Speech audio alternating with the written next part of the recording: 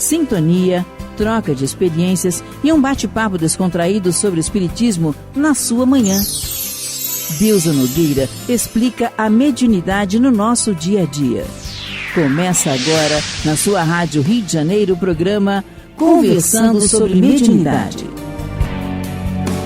Queridos amigos, irmãos, ouvintes da Rádio Rio de Janeiro, meu nome é Deusa Nogueira, conversando sobre mediunidade. Estamos estudando a obra Serra dos Médiuns de Emmanuel, através da mediunidade abençoada de Francisco Cândido Xavier. E hoje vamos pegar uma página excelente, muito conhecida já dos amigos, que versa sobre a questão 160 de O Livro dos Médiuns. Na verdade, né, é muito interessante a reflexão. Essa mensagem foi trazida numa reunião pública de 25 de abril de 1960. Eu vou ler qual é a questão e vou manter um suspensezinho acerca do título da mensagem, que é muito conhecida. No capítulo 14 está inserida essa questão, médiuns de efeitos físicos. Os médiuns de efeitos físicos são mais particularmente aptos para produzir fenômenos materiais, tais como os movimentos dos corpos inertes, os ruídos, etc. Podem ser divididos em médios facultativos e médios involuntários. Os médios facultativos são aqueles que têm a consciência do seu poder e que produzem fenômenos espíritas por ato de sua própria vontade. Esta faculdade, embora inerente à espécie humana, como já dissemos, está longe de existir em todos no mesmo grau. Mas, se há poucas pessoas em que ela é absolutamente nula, as que estão aptas a produzir os grandes efeitos, tais como a suspensão dos corpos pesados no espaço, a translação aérea e principalmente as aparições, são mais raras ainda. Os efeitos mais simples são os de rotação de um objeto, pancadas consequentes do levantamento deste objeto ou na sua própria substância. Sem atribuir uma importância capital a esses fenômenos, recomendamos não negligenciá-los. Eles podem proporcionar observações interessantes e auxiliar a convicção. Porém, deve-se notar que a faculdade de produzir efeitos materiais raramente existe naqueles que possuem meios mais perfeitos de comunicação, como a escrita e a palavra. Geralmente, a faculdade diminui num sentido, à medida que se desenvolve no outro. E agora, depois desse suspense todo, nós vamos falar o título da mensagem. É bem conhecido. Aviso, chegada, entendimento. Como essa mensagem tem servido para tantas palestras no nosso meio espírita, né? Aviso, chegada, entendimento. Do livro Seara dos Médiuns, de Emmanuel, através da mediunidade de Francisco Cândido Xavier. E Emmanuel começa dizendo assim: a intervenção franca do plano espiritual no plano físico pode ser admitida no conceito popular como embaixada portadora de metas decisivas, a definir-se em 3 períodos essenciais: aviso, chegada e entendimento. De Swedenborg a Andrew Jackson Davis, surpreendemos a mediunidade ativa sobre as ordens da esfera superior no aviso da renovação necessária. Então, essa mediunidade de efeitos físicos, essa mediunidade dos efeitos patentes para constatar a individualidade, a imortalidade da alma, a consciência após a desencarnação, essas mensagens vêm de uma forma muito patente, né? Muito importante para que a gente consiga ser avisado, ser alertado. É a campainha batendo na porta do nosso entendimento, tocando, para que a gente possa ter algo palpável, e palpável em termos de sensação, que vai estruturar todo o alicerce, todo o edifício a partir daí. E aí, Emmanuel continua. E se pequenas disparidades são registradas no verbo dos obreiros em serviço, é justo lembrar que na interpretação da realidade, quanto na interpretação da música, a expressão isolada varia, conforme as peculiaridades do instrumento. E aqui é muito interessante, né? Quem é o instrumento é o médium. Então, se o instrumento está afinado, se o instrumento é bem cuidado, né? Com certeza a possibilidade do músico expressar toda aquela partitura e todo o seu talento interpretativo vai ser maior. Agora, um instrumento mal cuidado, um instrumento desafinado, o resultado com certeza não vai ser o mesmo. E continua então Emmanuel a nos falar. Em 1848, no vilarejo de Rasteiville, inicia-se publicamente a chegada dos comandos da sobrevivência. É muito interessante ele usar essa expressão, comandos da sobrevivência, porque esse é o foco. Os emissários desencarnados, quais familiares há muito tempo ausentes da própria casa, alcançam a moradia terrestre, batendo freneticamente a porta. Na residência dos Foxes, não faltam nem mesmo as palmas de quem chega e de quem recepciona, entre as meninas Kate e o espírito Charles Rosna, baseando-se em pancadas e rudimentos da linguagem primitiva entre os dois planos. Então, né, é a menina conversando com esse Charles Rosna, que quem quiser saber muito bem isso, tem um livrinho infantil, mas vale a pena. As Meninas do Barulho. Olha, é muito bom. Aparentemente é para evangelização, mas para quem quiser se assenhorear dessa chegada, desse aviso, de uma forma assim clara, lógica, simples, é excelente, tá? Para a gente entender, né, esse comecinho. E continua então Emmanuel a nos ensinar. Desde então, embora as dificuldades morais de muitos dos trabalhadores humanos, reencarnados no círculo terrestre, começam a operar diversas comissões mediúnicas, chamando pacificamente a atenção da Terra. Então, vários pontos, vários médiuns, várias culturas, e vão saindo os fenômenos e vão sendo apresentados para chamar a atenção de quem? De todo mundo, porque a revelação é para todos.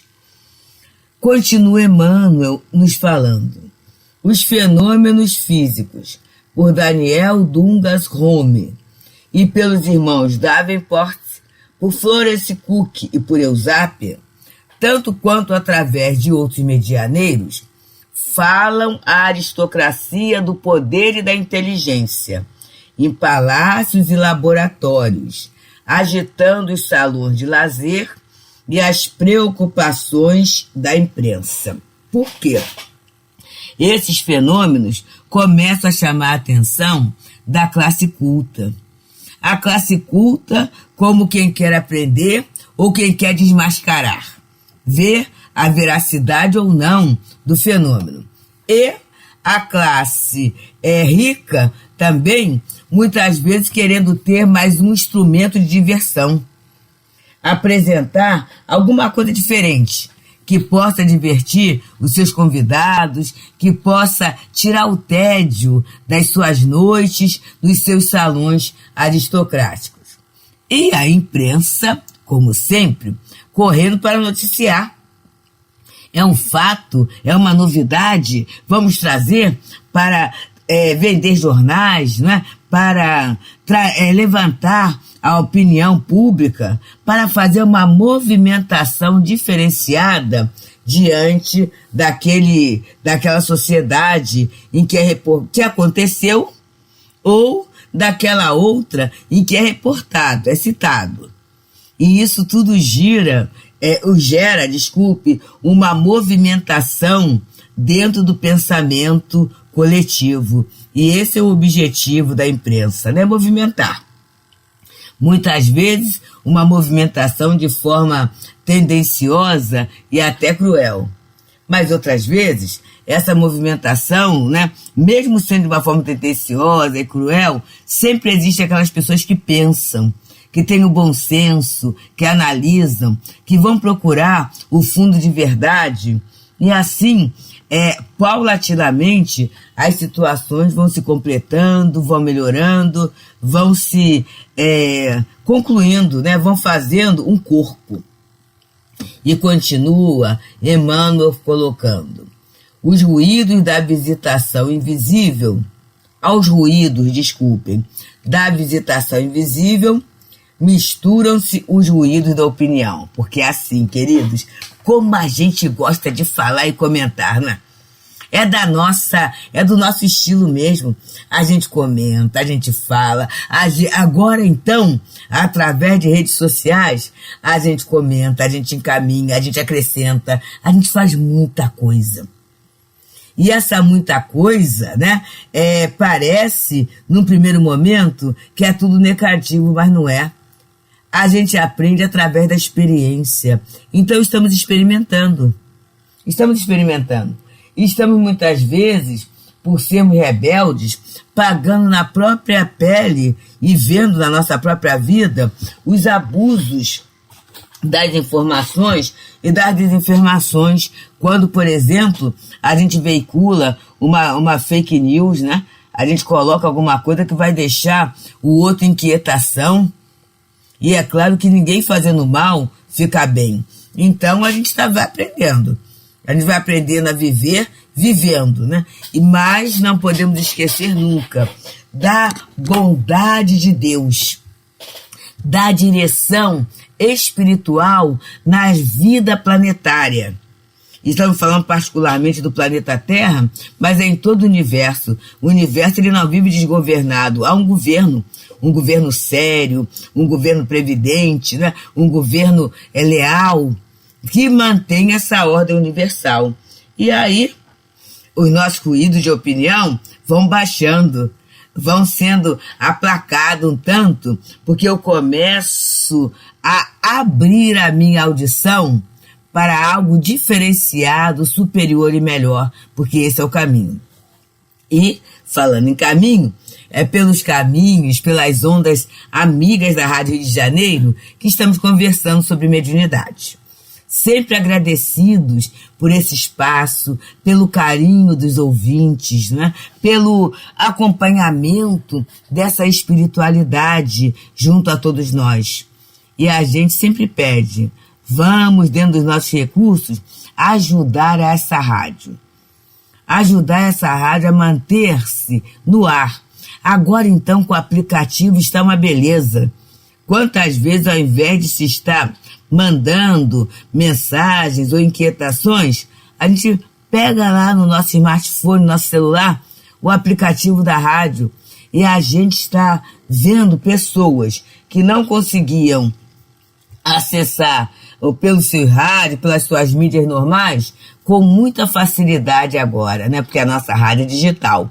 Então, meus amigos, a gente sempre traz essa fala, porque é muito bom a gente aproveitar os recursos que a civilização nos oferece para a nossa melhoria, para a nossa elevação, para o nosso progresso. E Emmanuel, então, nessa obra Seara dos Médiuns, em que ele, na lição chamada A Vida, Chegada e Entendimento, ele comenta a questão 160 do Livro dos Médiuns, que fala sobre os efeitos físicos. Ele coloca, e vamos repetir essa última frase: aos ruídos da visitação invisível, misturam-se os ruídos da opinião. Ouvem-se batidas surpreendentes aqui e ali. Mãos luminosas acenam por toda parte. Vozes ressoam entre lábios selados. Mensagens rápidas são transmitidas de maneira direta e entidades materializam-se ante os experimentadores tomados de assombro. Entretanto, a obra de entendimento é encetada com Allan Kardec, que esclarece a posição da doutrina e do fenômeno, como quem separa o trigo da vestimenta de palha, estabelecendo rumos, criando obrigações e definindo responsabilidades. Olha, meus amigos, que beleza! Vou falar de novo, hein? Estabelecendo rumos, criando obrigações e definindo responsabilidades. Este é o papel da doutrina em nossa vida. Esse é o papel da mediunidade na vida de cada um de nós. Sejamos nós os médiuns, produtores do fenômeno, sejamos nós aqueles que se utilizam da fenomenologia mediúnica para a sua vida. Então para estabelecer rumos, criando obrigações e definindo responsabilidades, porque às vezes a gente olha a mediunidade como um meio de resolver questões nossas, questões criadas, questões acalentadas. E a gente esquece da orientação, que é a orientação superior. A gente esquece que no momento em que eu recebo uma informação, automaticamente essa informação vai criar na minha consciência obrigações e responsabilidades, né? Não é só a obrigação, o fenômeno pelo fenômeno, mas ele tem as consequências. E na nossa visão espírita, diante do estudo espírita, são as consequências morais.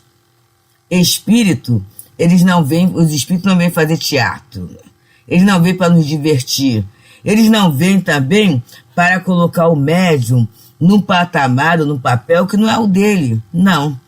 Tanto o médium que produz o fenômeno, ele vai aproveitando para quê? Para consolidar a sua fé, para se fortalecer diante dos testemunhos, diante das lutas que chegam, para encontrar instrumentos, né? E que mesmo naquele momento em que ele não está mediunizado, esse aprendizado vai fazer com que ele consiga ser um orientador, com que ele consiga abrir um caminho, né? Com que ele consiga ajudar como cristão, como irmão, como caminheiro, junto àquele que está próximo. Junto àquele que está próximo que não tem a sua experiência, que não tem a sua visão, que não teve ainda a possibilidade de ter aquele aprendizado que a espiritualidade coloca junto a ele no dia a dia. E Emmanuel continua a nos falar assim: mas, como toda edificação espiritual obedece à cronologia da mente, ainda hoje encontramos milhares de pessoas na fase do aviso e milhares de outras na fase da chegada entre a esperança e a convicção. Então, a criatura está ali vendo o fenômeno, mas ainda tem muitas dúvidas, né? Tem muitas elucubrações, muitas, vamos colocar assim, muitos encaminhamentos que ainda não foram feitos, né? E a pessoa está ali. Ela quer muito, ela tem a esperança, muitas vezes, porque a imortalidade aparece de forma patente, ela tem esperança no futuro, mas a convicção, muitas vezes, ela fica estabelecida no plano material das sensações, do sensorial do fenômeno. Ele não consegue dar o passo seguinte, estabelecendo um rumo novo para a sua vida, né? Mudando o seu ponto de vista, olhando as suas obrigações, com alegria, cumprindo seus deveres com alegria, né? Olhando a responsabilidade como degraus, como formas de aprendizado, como forma de crescimento. Ele não consegue fazer isso ainda. E aí, continua Emmanuel a nos falar. Quanto a nós, então aqui somos nós, comunidade espírita, médiuns e trabalhadores espíritas, que nos achamos na fase do entendimento, saibamos concretizar os princípios da fraternidade e esparzir o socorro moral em benefício das consciências, estendendo a luz ao coração do povo, porquanto o plano espiritual atinge o plano físico em cumprimento das promessas do Cristo, de modo a reunir todas as criaturas na lei do bem e habilitá-las convenientemente para a continuidade do serviço de hoje, no grande futuro ou no grande além, ante a vida maior. Então, é um recado para a gente que está na fase do entendimento. O fenômeno aconteceu, ainda acontece. A gente tem na doutrina, codificada por Allan Kardec, uma diretriz segura para a nossa condução diante do fenômeno mediúnico. A gente tem, em função da tarefa mediúnica, deveres, né, obrigações, a nosso comparecimento à casa espírita, à reunião pública, no estudo, no trabalho, no estabelecimento da fraternidade entre os irmãos. Temos, né, assim, a obrigação, a responsabilidade de passar essa luz, compartilhar essa luz através do socorro moral em benefício das consciências que estão à nossa volta, seja no nosso lar, no setor de trabalho, na via pública. Não é pregação, é comportamento, é vibração, é fraternidade, né? E aí, por quê? Nós sabemos que a doutrina espírita é esse consolador prometido por Jesus. Já temos esse entendimento, né? E aí, a gente sabe que o futuro é o bem. O futuro é o bem. Que hoje, algumas almas são receptoras dessa beleza através da mediunidade. Mas, no futuro, elas vão dar continuidade. E a gente habilitando o outro a dar continuidade é a tal questão de passar o bastão, da felicidade de ver que a obra não parou, porque a gente não compartilhou. Então, companheiros, seja esse o convite ao exercício diário, sereno, laborioso da fraternidade entre nós.